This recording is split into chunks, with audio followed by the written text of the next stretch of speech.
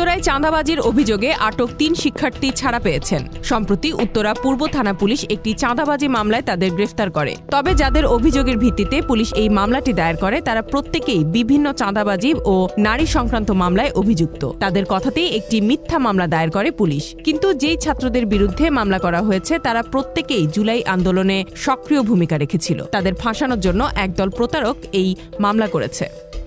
এদিকে এই ঘটনার প্রেক্ষিতে প্রায় ১.৫ ঘণ্টা ছাত্রদের সাথে পুলিশ প্রশাসনের বৈঠকে ছাত্রদের পক্ষ থেকে বেশ কয়েকটি দাবি জানানো হয়, যার মধ্যে উত্তরা পশ্চিম থানার ওসি হাফিজুর রহমান ও এসআই আবু সাইদকে অপসারণ করার দাবি রয়েছে। কেননা বর্তমান পরিস্থিতিকে উত্তপ্ত করার জন্য আওয়ামী দোসররা এখনও প্রশাসনে ঘাপটি মেরে রয়েছে। দ্রুত সময়ের মধ্যে তাদের অপসারণ করতে না পারলে জুলাই আন্দোলনের শহীদদের রক্ত বৃথা যাবে বলে দাবি ছাত্র জনতার। কিন্তু ছাত্র গ্রেফতারের এই ঘটনাকে কেন্দ্র করে জুলাই বিপ্লবকে বিতর্কিত প্রমাণের চেষ্টায় অপপ্রচারে ব্যস্ত হয়ে পড়েছে গুজব মিডিয়া খ্যাত রিপাবলিক বাংলা।